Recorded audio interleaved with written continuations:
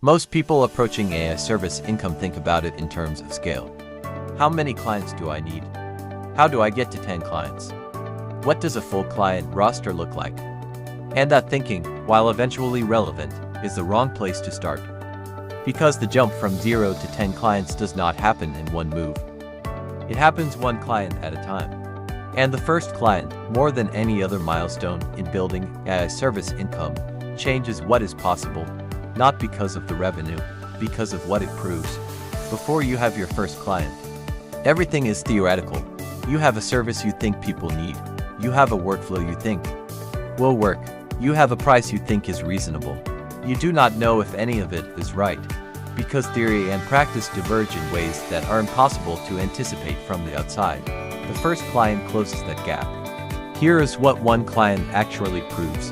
It proves that your service solves a real problem, not a problem you assume people had, a problem a real person paid money to solve.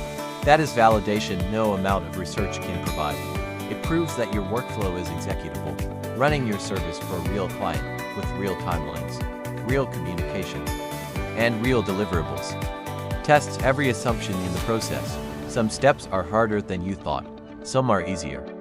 Some are unnecessary. The first client teaches you your actual workflow, not your planned one. It proves that your price is acceptable. When someone pays your price, you know the price is not the primary barrier to conversion. That is more useful than any amount of market research. It proves that you can deliver what you promised, the first complete delivery, on time and the expected quality. Produces a level of confidence that preparation never quite achieves.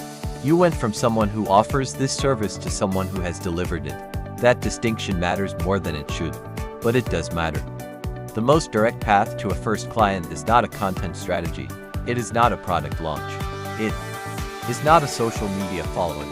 It is a direct conversation. Here is the 5-step sequence. Step 1. Identify 5 to 10 specific businesses that deal with the problem your service solves, not categories of businesses. Specific businesses with names and contact information. If your service is simplifying customer communication for small service businesses, find 5 specific cleaning companies, 5 specific landscaping businesses, 5 specific small clinics, actual potential clients, not potential client types. Step 2. Craft a specific outreach message. The message should reference a specific problem they likely have. Offer something specific. And ask a low-commitment question. Something like, I help businesses like yours handle customer inquiry responses faster without adding to your workload. I can show you a simple workflow we could implement in under a week. Would it be worth a 20-minute conversation to see if this applies to you? Step 3. Send the messages. Not 5 messages across 5 weeks. 5 to 10 messages in one day. Because response rates are low. If you send 10 messages and get 1 positive response, that is a 10% response rate, which is actually quite good for cold outreach. And 1 positive response is all you need. Step 4. Have the conversation as a discovery call, not a sales call. Ask them about their current process. Ask what takes the most time. Ask what they wish they could hand off. Listen more than you talk. By the end of the conversation, you will know whether your service fits their situation, and they will know whether you understand their problem. If both are true, the sale is a natural next step. Step 5. Deliver well and ask for a referral. After completing your first engagement successfully, simply ask, do you know anyone else who deals with this same challenge? That question costs nothing and is how most service businesses grow their client base. Now let us talk about what you learned from your first client that you could not have learned any other way. You learn what the problem actually looks like from the inside. Your first client shows you the reality, the specific way the problem manifests, the context it exists in, the language the client uses to describe it. That inside view becomes the foundation of everything you create afterward. You learn what done looks like to a client. Your internal standard for a complete deliverable may not match your client's expectations. The first client teaches you what they actually value, what they notice, and what they do not. You learn your actual capacity. How long does the work actually take? How much communication does it require? What is the real time cost of one client? This information is essential for pricing future clients correctly and for understanding how many clients you can realistically serve. Here is something worth understanding about service businesses. Satisfied clients do not just stay, they refer. A single satisfied client in a professional niche has a network of colleagues who face similar problems, and a referral from a trusted colleague arrives with pre-established credibility. The person being referred already believes your service works. They already trust your competence. This means your first client, if served well, is potentially the source of your second, third, and fourth clients without any additional outreach on your part. Let us also name one more thing that happens with the first client. You become someone who has done this. Before the first client, you are someone who offers a service. After the first client, you are someone who delivers it. Those are different identities, and they produce different behavior. The person who has delivered a service sends the next outreach message with more confidence, prices the next engagement with more conviction, not because anything external changed, because the internal evidence changed. You proved it to yourself, and that self-proof compounds with each client after. So instead of planning for scale, plan for one specific business with one specific problem, one direct outreach message, one conversation, one engagement, one complete delivery. That is the strategy. Simple, direct, achievable in weeks, and everything that comes after it is built on what that one client taught you. If you are ready to build your first service offer, the iService Bridge system walks you through choosing your service, defining your offer, building your workflow, and getting your first client, including the outreach script covered in this video. The link is in the description.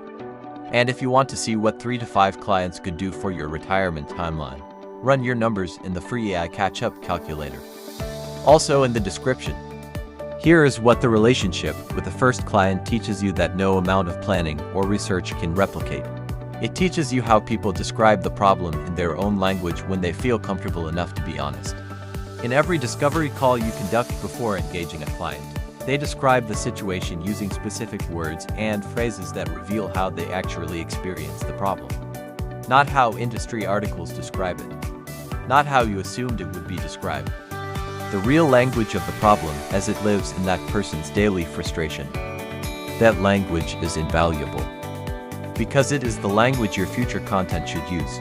When you write a LinkedIn post or script a YouTube video using the exact words your first client used to describe the problem, the next person who has the same problem reads it and immediately feels recognized.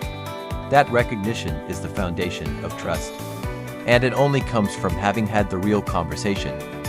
It teaches you what the client actually values about your delivery versus what you assumed they would value. You probably have strong internal opinions about which parts of your service are most valuable. Your first client will almost certainly surprise you. The section you thought was the centerpiece of your service might get a polite nod. The section you considered secondary might prompt the client to say this alone was worth what I paid. That feedback recalibrates everything. The product you build from service insights will be built around what clients actually value, not what you imagined they would value. It teaches you what delivering this type of service actually costs you in time and energy.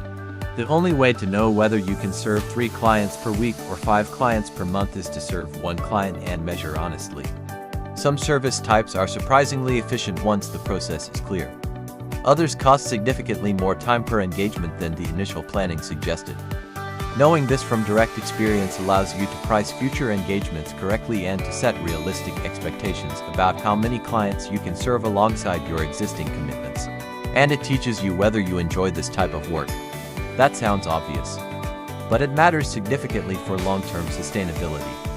Some people discover through their first client that the service work is deeply energizing. Others discover it is more draining than expected. Both are important to know. If the service work is energizing, scale it. If it is draining, build the product faster so the ratio of product income to service income can shift in favor of the less time-intensive stream.